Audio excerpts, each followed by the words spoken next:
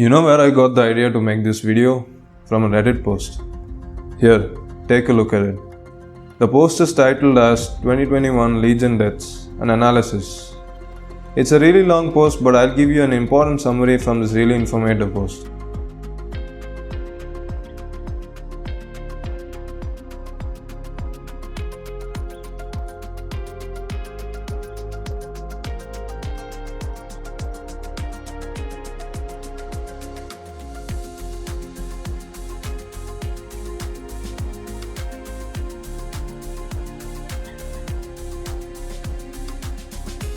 On a lot of motherboards since 2021, Lenovo has used something called low temperature solder. As the name implies, this solder has a lower heat resistance than the stuff most manufacturers use for their soldering. As a consequence, the solder has a lower melting point than the industry standard. Because of that, when legions are running hot for long periods and then quickly cool down back to idle temps, the solder is weakened. After many heat cycles, the solder can fracture. This is what kills the laptop.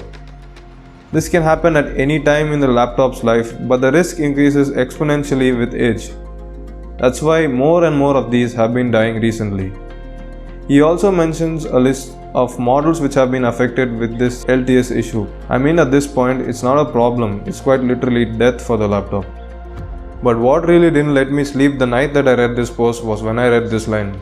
Suspected affected laptops, some 6th gen Intel Legions, personal anecdote. Do you even know how f***ed you are? As soon as I read this, I was feeling a bit frightened because the laptop I use, a LOQ, also uses the same exact GPU generation as the Legion Gen 6 is, a 30 series Nvidia GPU. I know the same GPU generation doesn't mean much, but still.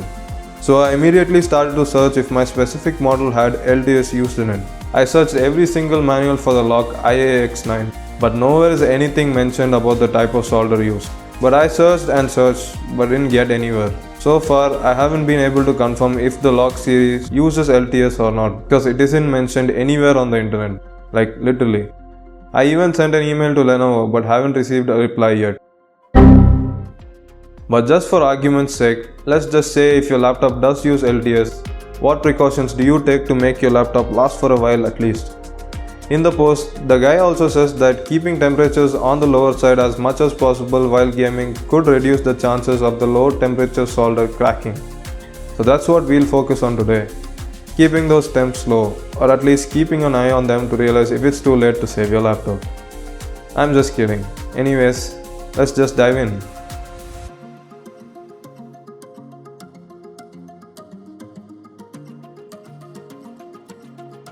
To monitor temperatures and other vital info while gaming or doing any other productivity tasks, we are going to use something called an overlay. An overlay is basically where you can display all the info you want to monitor on your PC. For example, here in American Truck Simulator, you can see in the top rightmost corner a bunch of stuff being displayed. Yeah, it does look a bit overwhelming at first, but worry not. I will explain each and every single value present here. Okay guys, this is my setup here. Now this one on the leftmost upper hand, like this full row is all of the CPU stuff. Like this is the CPU percentage, like core usage, this is the temperature, this is the clock speed, and this is the wattage. Wattage in the sense the power being drawn by the CPU at this point. Now the second row is full of the GPU's info. Same thing as the CPU. 23%, you can see the 23% here, right? That is the GPU's utilization, 57.2 degrees. Now you might wonder why there are two temperature readings here.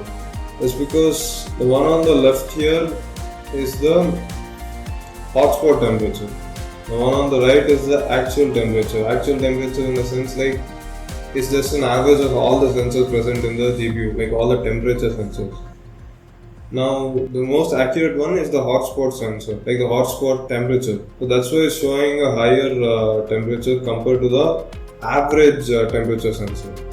So this is the most accurate one. But why have I put both? It's just my wish. You might as well just put in the hotspot temperature and call it a day. But then, I don't know, I just put both of them. Just for peace of mind, I guess.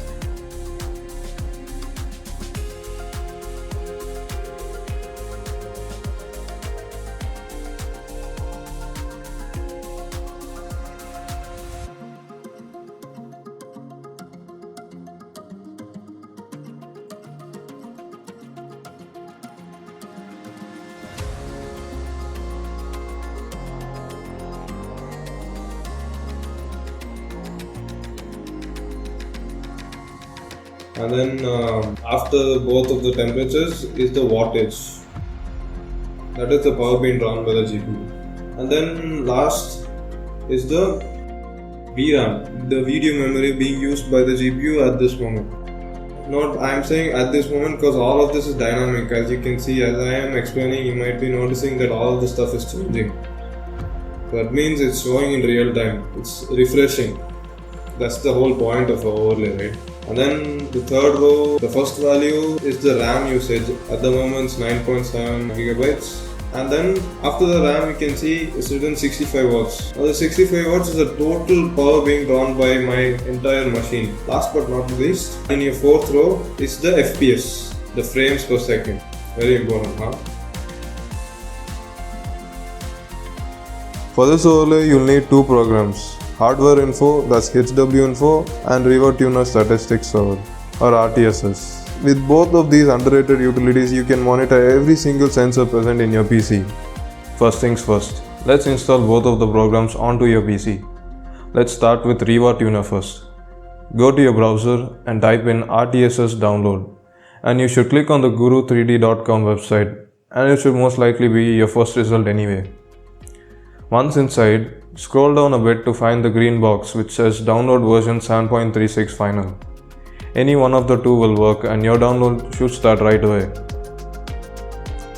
Go to your downloads folder and install the program.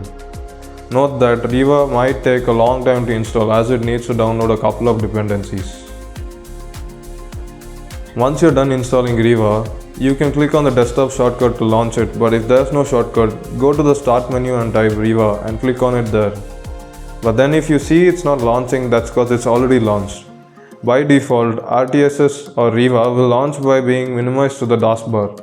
So all you have to do is click the up arrow icon on the right corner in your taskbar, which will reveal the blue monitor, which is RTSS. Once you've opened Riva, you have to adjust only a single setting for it to work, and that's the Show On Statistics slider. And boom, Riva is all set up. Don't close it, minimize it, and we'll move on to Hardware Info next. Alright, let's go to our browser, and in the search bar let's type in Hardware Info 64. It'll appear in the search suggestions. Now the first result is the one you should click on, Hardware Info. Yeah, now click on that free download button in the center. Now here there are three options: installer, portable, and portable for DOS. Click on the free download button in the installer tab. Once you click on the free download button, you'll get a bunch of websites from which you can download. You can choose any one. I'm choosing SourceForge here. You can see your download will start shortly, and it started. Now you need to launch the file. You can launch the file from the browser or from the downloads folder. Once you launch it, go through the setup process just like we did for Riva. Once the setup is complete, you can click on finish and HW Info splash screen will appear. This is how HW Info splash screen looks. Now here we have to adjust some stuff just to make it less annoying when you launch it every time you want to use it. Under the start button, there is a drop down menu, and from it you can select sensors only. Next to the menu, there is a settings button which you should click on. Here you will find a whole host of settings, but we will only have to change about 4 for now. You can mess around with the other settings once you are familiar with Hardware Info. The first one is to uncheck the Show System Summary on startup. Unchecking this box ensures that the system summary is not shown anymore. And the next two options are to minimize the program to the taskbar when you launch the program, which will give you less of a headache. These are the minimize sensors and minimize sensors instead of closing. You have to check both the boxes and go to the option right below it which says show welcome progress screen and uncheck that box, and we are done here. Click on the OK button and we'll head into the main screen. Now this page is the final step to having a customizable overlay. As I have shown my overlay setup from before, that's what I'll be recreating again now. You're free to add parameters you want to monitor. Let's start off with the CPU usage here. Here you have two ways to monitor your CPU usage. Option 1 is to monitor core usage. With core usage, you are able to monitor each core on your CPU, which might be handy if you want to see if one core is bottlenecking the CPU. Option 2 is to use the total CPU usage, which is what I use and is enough for most use cases. Therefore now we right click on the total CPU usage and a menu appears. Go down the menu and find the OSD RTSS settings and click on it. Now here, check the show values in OSD. This will now enable the value to be shown on the overlay. You can also customize the colors of the value with the use color checkbox, or you can leave it as is. I'm going to use red for the important values and leave non-important values in the default orange.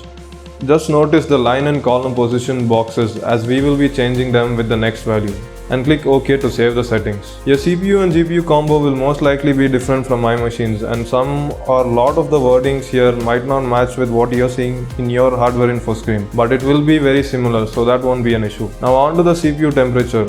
Scroll down to find the CPU package, and this is the most accurate sensor, and even hardware info says it's recommended. So we're going to use this and right click on it and click on the OSD RTSS settings. Here is where we have to change the column setting, and this is important and I'll show you why in a bit. But for now, follow what I am doing. Change the column from 1 to 2 as we have the CPU utilization in column 1. After that, check the show value in OSD box. I am changing the color. You can do if you like. And don't forget to click OK as it will not save if you don't. Now we'll move on to the CPU core clock. So scroll up to find it, and just like the CPU usage, here you can monitor individual clock speeds or the average of all of them. And just like before, I am going to select the average clock speed and right click on it to go to the OSD RTSS settings. Check the show value in OSD box and change its column to 3 as the value before it is in column 2. I think you're getting an idea of what these columns and rows are about. Next is the CPU wattage and CPU package power. Is the right value for that, and right click on it and check the OSD box and change its column to 4. Now on to the second row, which will be the GPU. Alright, now we are in ATS, and that's to show you how the overlay has come out so far. As you can see, the first row has come out just how we wanted it to. And this goes without saying, you can change the position of any value you want. You don't have to follow my setup. Anyways, first up in the second row is the GPU usage. For that, we will right click on the GPU core load, which will be under the GPU section, and go to the OSD RTSS settings. Once here, check the show value in OSD, and here, since we want this value to go to the second row, we will now adjust the line value from 1 to 2, and there, you can see it display in the overlay in the second row. We will leave the column value as it is. You can also check the show label box if you want to name the values, but I am not gonna, so let's move on. Next is the GPU hotspot temperature, and as usual, go to the OSD RTSS settings, check the OSD box and change the line value to 2 and column value to 2 as well, and there you can see it display. And once again, don't forget to click OK. Next is the GPU temperature, and here click on the OSD box and adjust the line setting to 2 and column setting to 3 and hit OK. Next is the GPU power, and I think you know what to do.